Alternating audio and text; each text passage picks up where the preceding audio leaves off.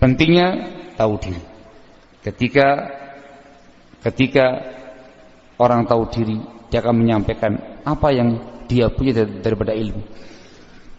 Ketika habis bahan ilmiah, dia akan diam. Yumsik, diam, tahan, tidak bicara. Yasma, mendengarkan lagi, mengkaji lagi, taklim lagi, deres lagi, belajar lagi, menambah lagi wawasan ilmiahnya. Hakada. Ada kesempatan, menyampaikan lagi, habis lagi, belajar lagi.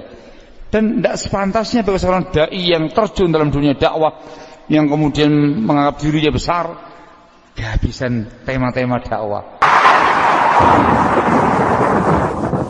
Dalam keadaan Islam itu luas, akidah, ibadah, akhlak, muamalah, ini itu panjang.